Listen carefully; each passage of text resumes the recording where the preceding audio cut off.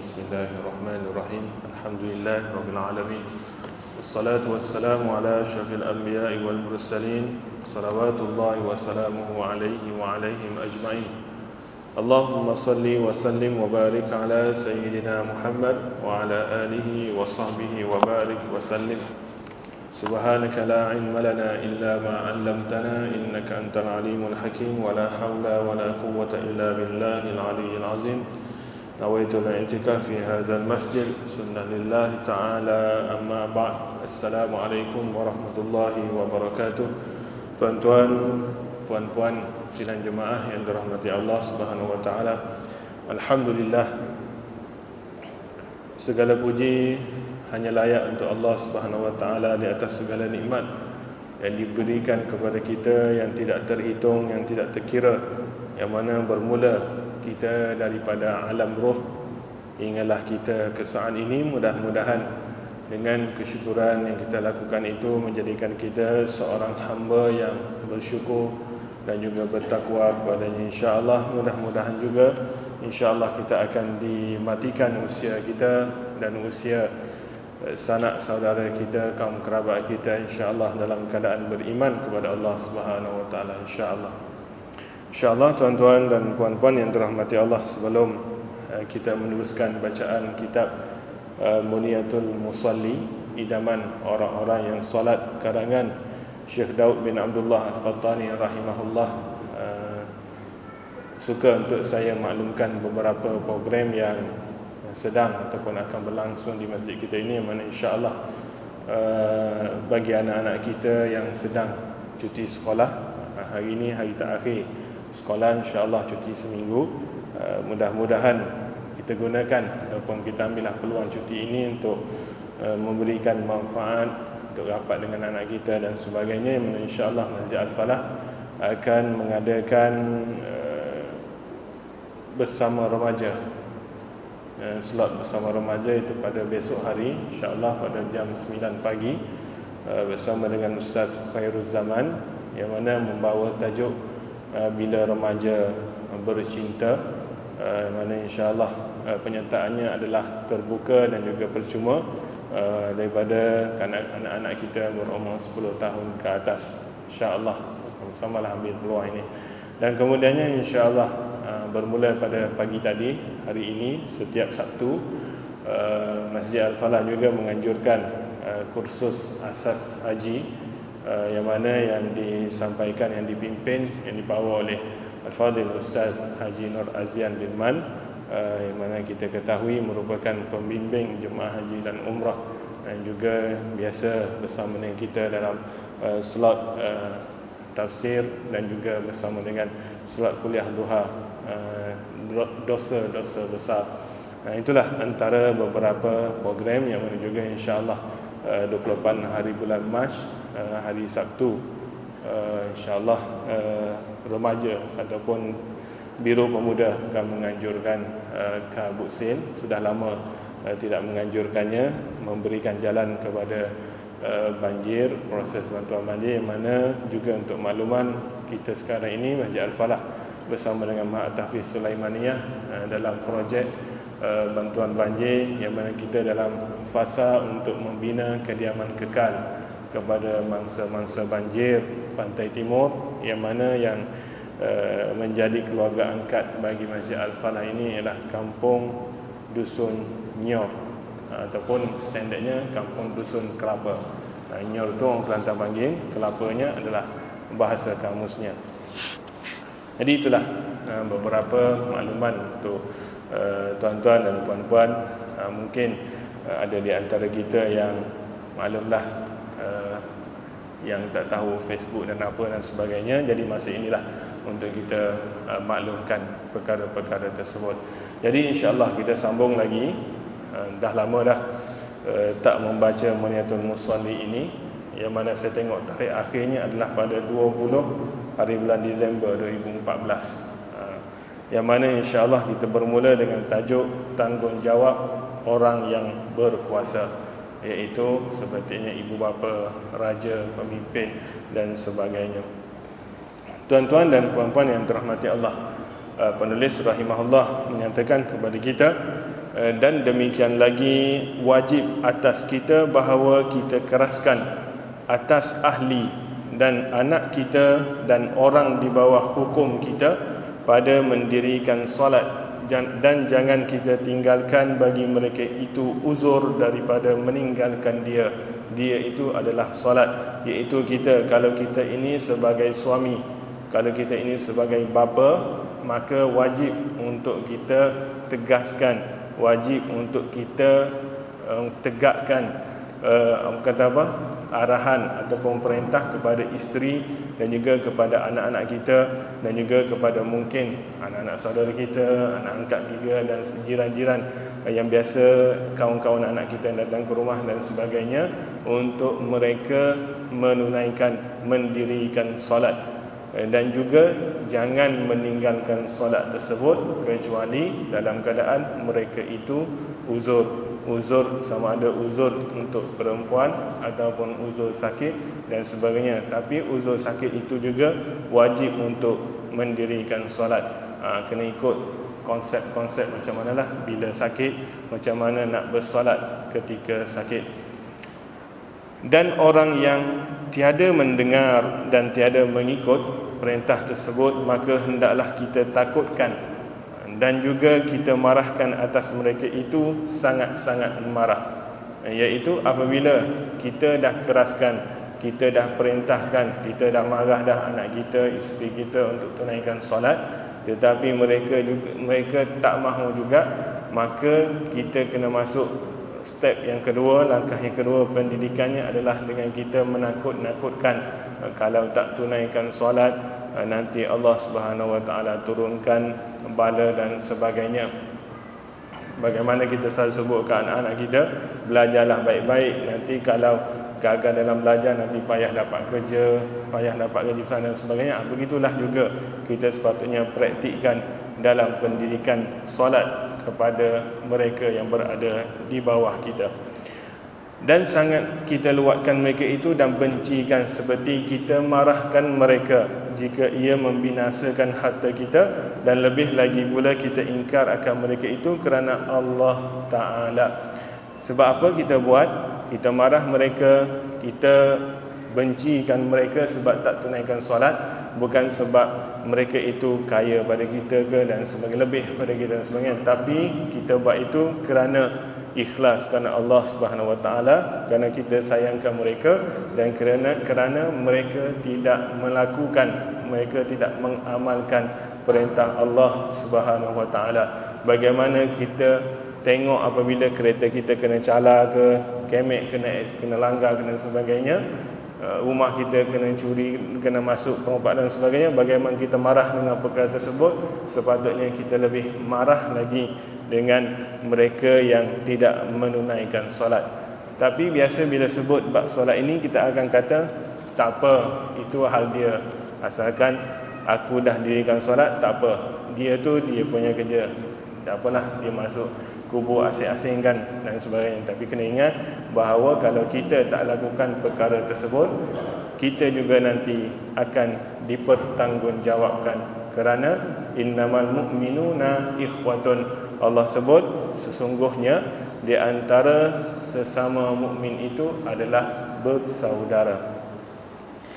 Maka jika tiada kita kerjakan yang demikian itu, maka adalah kita jumlah daripada orang yang memudahkan agama dan memudahkan tuntutan Allah Ta'ala dan suruhannya. Iaitu apabila kita, macam saya sebut tadi, kita abaikan dia, tak apalah, yang penting aku solat, dia tak solat, tak ada masalah lah bagi aku, asalkan aku solat. Maknanya kita telah pun mengabaikan, kita telah pun meninggalkan, dan juga kita telah pun memudahkan Islam itu sendiri, iaitu dengan kita abaikan tanggungjawab kita untuk sama-sama menegur, amar ma'ruf dan juga nahi mungkar, kerana solat itu merupakan perkara yang ma'ruf dan meninggalkan solat itu adalah nahi mungkar. Iaitu meninggalkan solat itu adalah mungkar, maka kita kena perintahkan kepada mereka untuk tunaikan solat dan juga larang mereka dari meninggalkan solat. Dan barang siapa yang tiada menerima akan suruhannya dan tiada memberi bekas suruhannya, maka diseksakan dia.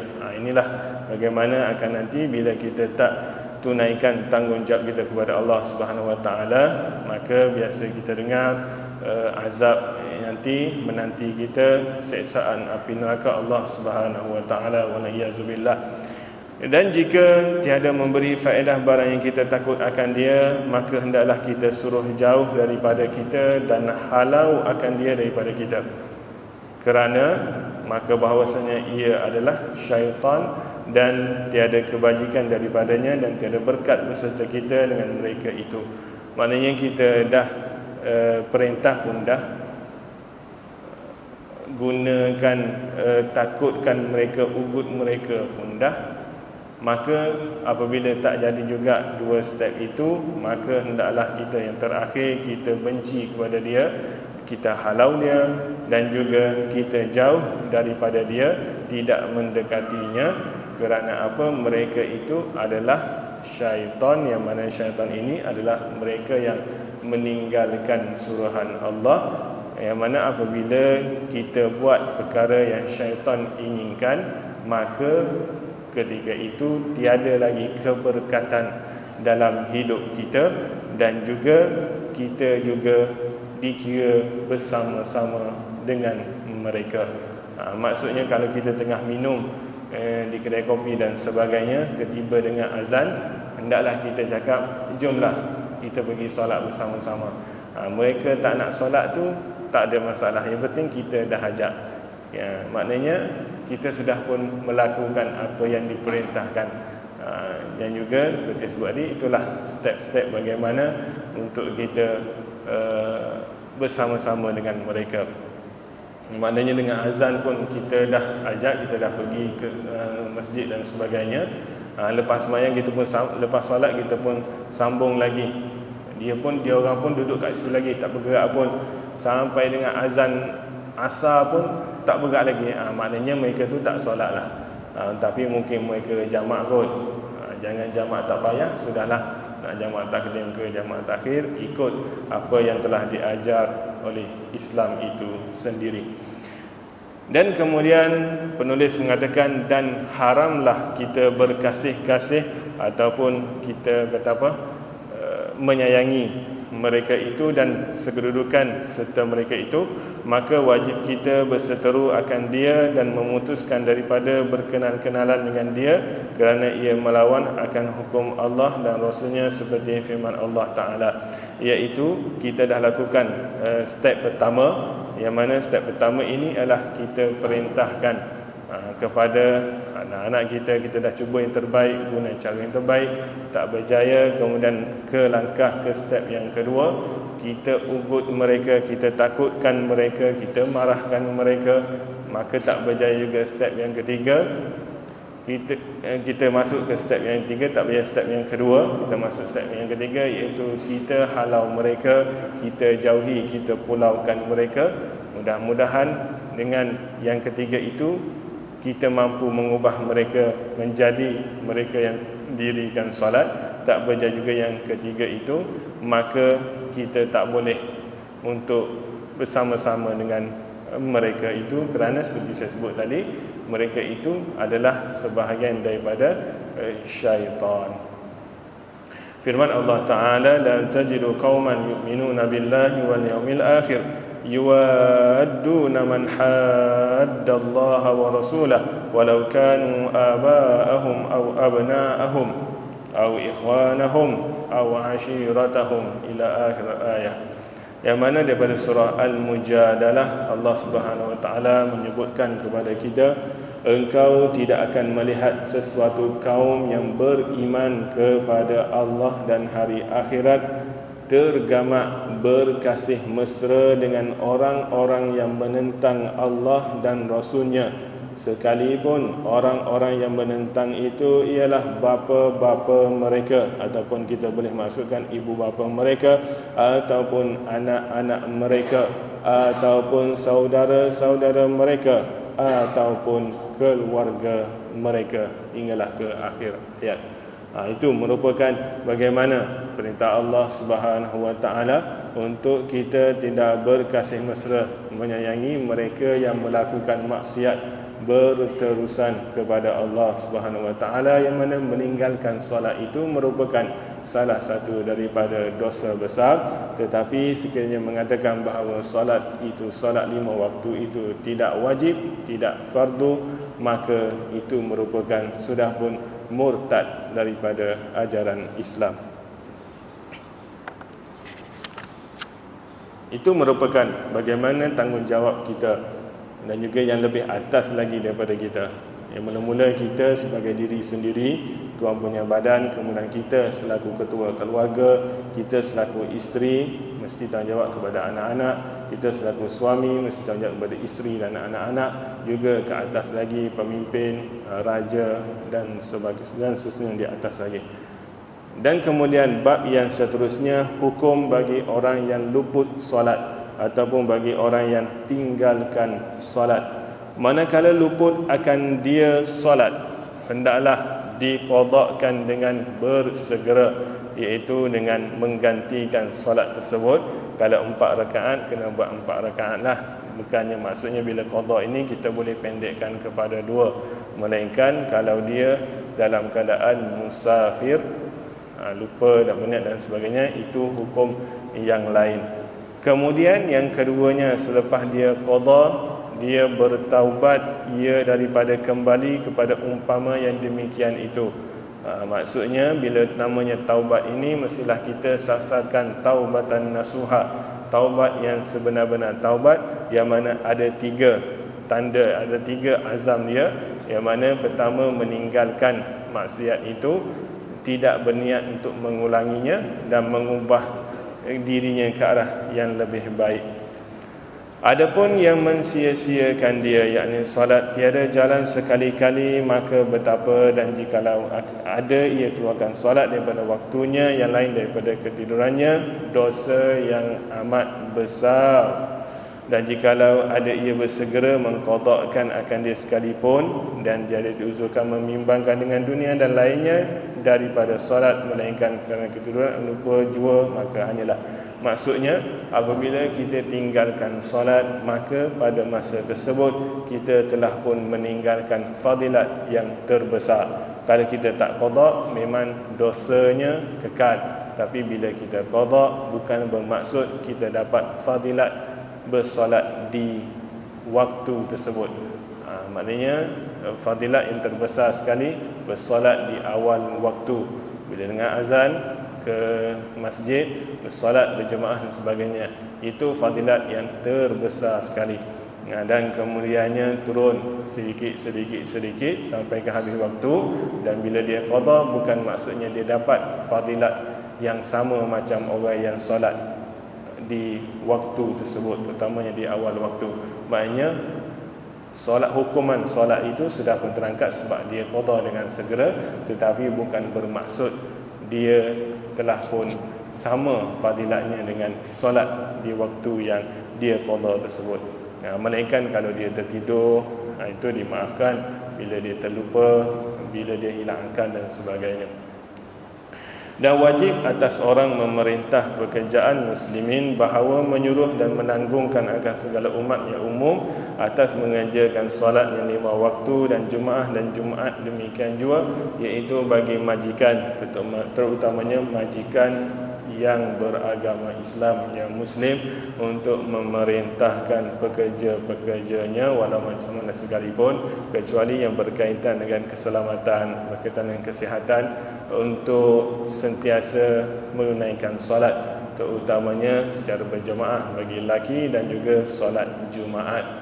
Tapi kalau yang berkaitan dengan keselamatan, kesihatan dan perkara yang memang memerlukan, yang tak boleh nak tinggal, darurat itu, contohnya kalau tengah operate pesakit, tiba dengan azan, maka dimaafkan untuk siapkan pembedahan tersebut.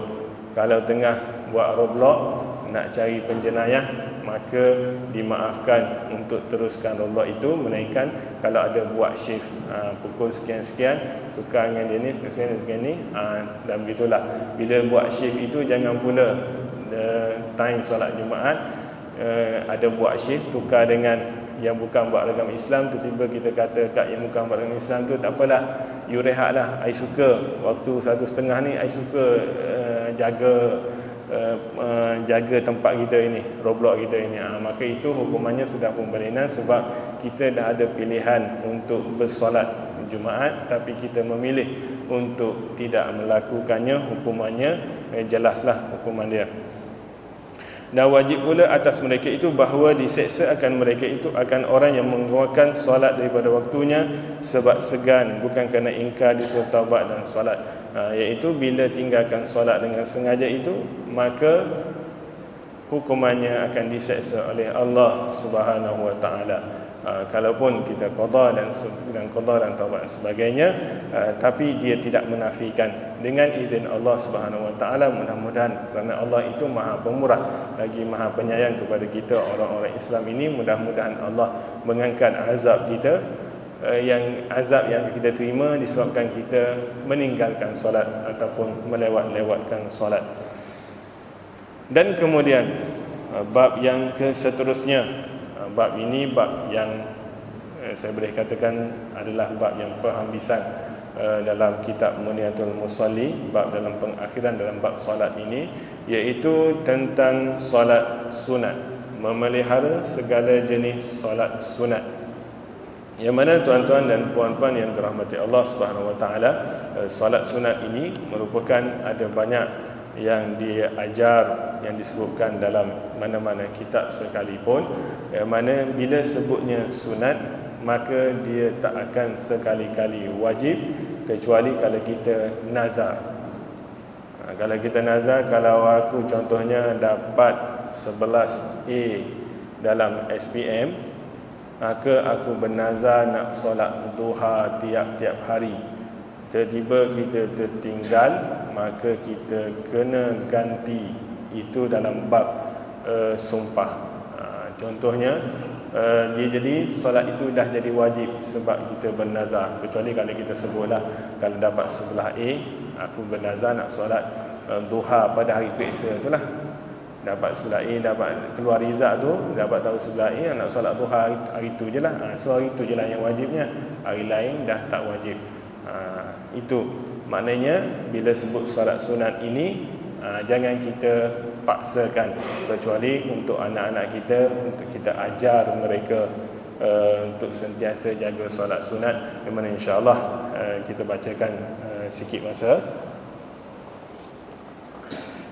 Dan setengah, penulis rahimahullah menyatakan, dan setengah daripada kesempurnaan orang yang memeliharakan atas solat dan mendirikan dia, iaitu penulis menyatakan bahawa merupakan salah satu jenis kesempurnaan untuk solat fardu kita, yang mana membaikkan, memeliharakan segala sunat rawatibnya dan segala sunat yang dituntut oleh syarak mengerjakan dia dahulu daripada solat fardu dan yang kemudiannya, iaitu yang mana solat sunat ini bertanggungjawab untuk menampal apa yang kita terlubang masa solat fardu, iaitu sebelum solat fardu dan juga selepas solat fardu, solat sunat tersebut. Kerana adalah yang demikian itu, segala sunat ia menampalkan kekurangan fardunya, maka apabila jatuh pada fardu kekurangannya ataupun cedera, iaitu sebab apa cedera, sebab apa kekurangan dalam solat fardu itu, ini bukan sebab tertinggal rukun. Tertinggal rukun memang terbatallah solat. Ini merupakan sebab cederanya adalah sedikit khusyuknya. Khusyuk ini bukanlah rukun dalam solat. Khusyuk ini merupakan penyempurnaan solat kita. Kalau kita makan nasi, ayam itu bukanlah rukun dalam makan nasi kita. Biasanya rukunnya, biasanya yang menyempurnanya adalah sedap. Bila sedap, bagilah apa-apa pun, dan sebagainya. Dan ketiadaan hadir hati lalainya daripada yang demikian itu, iaitu bila kita solat, hati kita itu lari. Biasalah saya ada sebut sebelum ini, Bagaimana cara nak tahu kat mana tertinggal jam, kat mana tercicinya cincin, wallet dan sebagainya? Datanglah bersolat. Kalau lebih-lebih lagi solat jemaah, tu imam baca panjang surah Al-Baqarah. Masa tu segala apa yang kita pernah hilang semuanya akan terlintas. Kat mana wallet tu letak, kat mana anak kunci kereta tu tercicir dan sebagainya, semuanya akan ingat. Maka itulah maksudnya solat kita itu terlubang ataupun tercedera, bukan tak sah, tak ada masalah. Yang mana demikian itu adalah segala sunatnya yang menyempurnakan bagi demikian kurangnya dan membaikkan bagi demikian cedera itu. Itu maksudnya. Tapi jangan pula kita kata bagi mereka yang tak solat sunat itu maknanya solat itu sempurna. Mungkin mereka ada kerja urusan yang lebih penting, ataupun mereka solat sunat di tempat kerja, tak nak tunjukkan orang, kat rumah dan sebagainya. Ataupun mungkin juga bersolat sunat di rumah bersama dengan isteri. Sebab solat fardu lelaki lebih afdal solat jemaah di masjid. Isteri ataupun kaum wanita tidak wajib untuk, tidak dituntut untuk solat di masjid. Maka ada orang yang buat macam tu, maka bila balik rumah dia solat sunat, isteri solat fardu. Bila dia bagi salam, isteri bangun untuk sempurnakan. Maka itulah masing-masing punya pendapat, tidak ada masalah. Yang mana masing-masing ikutlah apa yang kita belajar daripada guru masing-masing. Dan jikalau tiada sunatnya, maka tinggallah solat fardunya itu kurang dan cedera, dan luputlah ia daripada fadilat yang amat besar yang dijanji bagi orang yang mengerjakan dia. Dan bagi orang yang mengerjakan dia dapat darjat yang tinggi, iaitu bila kita tak solat sunat, maknanya solat fardu kita itu tinggallah macam tu. Macamnya kalau kita kemek kereta ataupun cala dan sebagainya, kita tinggalkan kereta itu macam tu, maknanya macam tu lah. Tapi kalau kita ada duit lebih, maknanya kita tampal kereta itu, buat cat baru dan sebagainya, maka nampaklah cantiknya. Sama juga macam solat fardu kita, maknanya kita tak boleh tampal guna wang ringgit, bukan beli upah. Saya upah awak solat sunat, qabliyah, ba'diyah untuk saya bagi satu rakaat RM10, tak boleh. Dia mestilah individu, kena diri sendiri yang buat. Maknanya kalau kita tak buat, maka begitulah solat kita ditinggalkan begitu rupa. Kalaulah solat itu tak khusyuk, maka begitulah solat itu. Kalau solat itu khusyuk, alhamdulillah. Sebab khusyuk ini hanya kita dan juga Allah Subhanahu Wa Taala yang mengetahui. Jiran sebelah masa solat jemaah pun tak tahu kita itu khusyuk ataupun tidak. Yang mana juga bila kita kerjakan solat sunat, maka pada masa tersebut kita menambahkan lagi zikir kita kepada Allah Subhanahu Wa Taala. Bila kita berzikir, maka akan diangkatkan lagi darjat kita di sisi Allah Subhanahu Wa Taala. Bila dalam bab solat sunat ini ada orang kata bila kuliah kat depan, kita nak solat tahiyatul masjid ke, boleh ke tidak boleh? Boleh, mana-mana pun boleh. Kalau nak solat sunat tahiyatul masjid, dipersilakan, tapi carilah tempat-tempat yang agak jauh di belakang, yang tidak mengganggu orang lain. Jangan pula kita dah datang lambat, ketika nak buat tahiyatul masjid berada di depan yang tukang berceramah tu, Allahu Akbar. Itu dah lain tu. Maknanya benda sunat ini jangan kita payahkan. Kalau nak buat, buatlah, tapi tengoklah keadaan dan sebagainya. Dan lagi adalah segala sunat itu labanya, dan fardu itu kepala modalnya.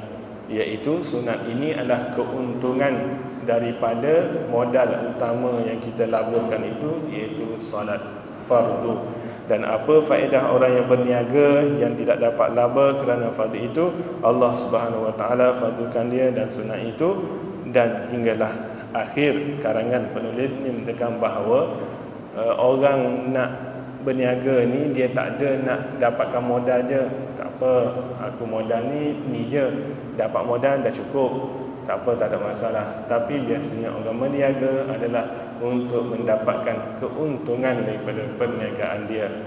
Kalau dia beli satu barang itu RM1, kalau dia baik hati, sebab dia bukan nama peniaga, dia jual lah RM1 ataupun dia jual 90 sen dan sebagainya, sebab dia bukan peniaga.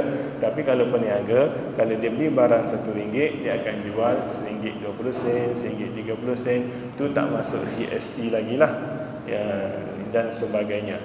Maknanya bila berniaga dah namanya peniaga, dia nak keuntungan. Sama juga kalau guru, dia bukan setakat guru itu saja, tapi dia tambah lagi dengan bagi bantuan untuk lain dan sebagainya, untuk menambahkan keuntungan dalam pembelajaran dia. Sama juga dengan pekerjaan-pekerjaan lain, yang mana pekerjaan yang utama bagi kita adalah di dunia ini sebagai peniaga untuk kita melabur keuntungan kita kepada Allah Subhanahu Wa Taala. Yang mana solat itu merupakan modal utama kita di sisi Allah Subhanahu Wa Taala. Solat itu merupakan komunikasi kita kepada Allah Subhanahu Wa Taala. Kita dengan manusia, kita dengan isteri, kita dengan suami, guna telefon, smartphone ke, guna Facebook ke, WhatsApp dan sebagainya. Tapi dengan Allah Subhanahu Wa Taala hanyalah dengan solat 5 waktu dan juga amalan-amalan yang lain, yang mana kita juga memerlukan keuntungan daripada perniagaan kita itu dengan kita lakukan solat-solat sunat, yang mana yang telah disebutkan oleh syarak, yang telah disunnahkan oleh Nabi sallallahu alaihi wasallam, iaitu disebutkan oleh Allah Subhanahu Wa Taala, tijaratan lan tabur, perniagaan yang mana yang tidak akan sesekali rugi. Beriman pada Allah dan hari kiamat dan rasul-rasulnya dan sebagainya, kemudian berjihad fi sabilillah, kemudian bersolat, menjaga solat 5 waktu, menunaikan zakat dan sebagainya. Yang mana itulah perniagaan yang sepatutnya kita utamakan, yang mana mudah-mudahan kita insya-Allah ada rezeki, ada peluang kita sambung lagi untuk solat sunat, jenis-jenis solat sunat yang berada dalam sunnah Nabi sallallahu alaihi wasallam, yang mana sebelum akhirnya saya ingatkan, mudah-mudahan insya-Allah kita sentiasa menjaga solat kita. Solat kita dah kita jaga, alhamdulillah, maka jagalah juga solat isteri kita, perhatikanlah solat isteri kita, solat anak-anak kita. Mudah-mudahan kita menjadi seperti mana yang disebutkan oleh Allah Subhanahu Wa Taala, ya ayyuhalladzina amanu qu anfusakum wa ahlikum nara wa quduhan nas wal hijarah. Wahai orang-orang yang beriman, jauhilah, jagalah, takutlah kamu, awasilah dan sebagainya, maksud yang seumpamanya, kamu dan kaum keluarga kamu daripada azab api neraka, yang mana bahan bakarannya adalah manusia dan juga batu. Manusia kita lah, batu itu merupakan berhala-berhala yang disembah oleh mereka yang lain. Maka mudah-mudahan kita tak menjadi bahan bakaran api neraka di akhirat nanti. Mudah-mudahan kita perintahkan, kita ajar anak-anak kita, kita ajar isteri kita dan mereka yang lain. Mudah-mudahan itulah menjadi saham yang sentiasa bergerak untuk kita, walaupun kita sudah pun menutup mata.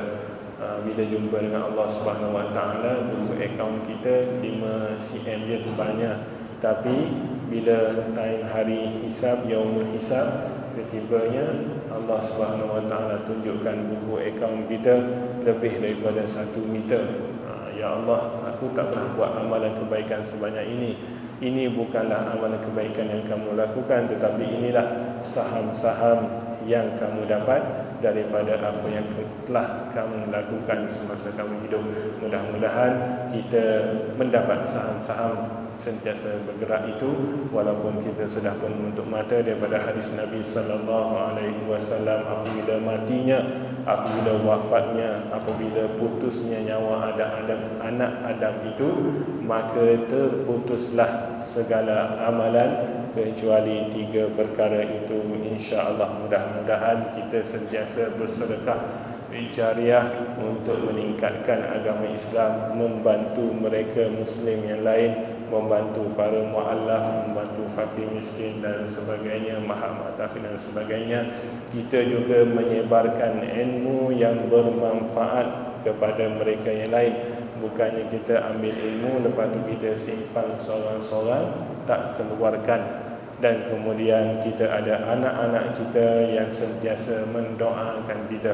Walaupun dia tak doa pun, tapi kalau dia buat baik, dapat juga kat kita. Dia tak doa, dia tak pernah doa, ya Allah ampunilah ibu bapa tu dan sebagainya, tapi dalam masa yang sama apa yang dia buat itu juga dapat kepada ibu bapanya. Bagaimana dilihat pemurahnya Allah Subhanahu Wa Taala. Yang penting kita sendiri yang kena lakukan. Jangan kita harap orang lain yang melakukan segalanya. Yang mana kalau daripada kuliah subuh pagi tadi daripada Ustaz Syarif, yang mana beliau sebutkan bagaimana khilafnya ulama-ulama tentang tahlil, tentang hadiah bacaan Al-Quran itu, ada yang kata sampai, ada yang kata tak sampai dan sebagainya. Nak nyatakan kepada kita bahawa itu adalah kena usaha sendiri. Kalaulah ulama kata semuanya bersepakat, semuanya kata sampai pahalanya, maka yang hidup ni tak apa, nanti anak-anak aku boleh baca Quran tak aku sampai. Itulah maksudnya kita sentiasalah berusaha untuk diri kita sendiri sepanjang kehidupan kita ini, dengan sama-sama, untuk utamanya dalam bab solat. Iaitu solat inilah yang pertama yang akan dihisab oleh Allah Subhanahu Wa Taala. Lulusnya solat kita, alhamdulillah. Tetapi kalau gagalnya solat kita, maka yang bawah-bawah selepas itu tidak dihisab oleh Allah Subhanahu Wa Taala. Maka itulah, mudah-mudahan kita sentiasa memperbaiki solat kita. Kita sentiasa memastikan anak-anak kita, isteri kita, suami kita semuanya mendirikan solat 5 waktu, tak tinggal, tak lebih dan tak kurang, insya-Allah. Wallahu taala alam. Yang baik itu datang dari Allah, yang kurang baik itu datang dari diri saya yang sedang lemah ini. Wabillahi taufiq wal hidayah. Wassalamualaikum warahmatullahi wabarakatuh.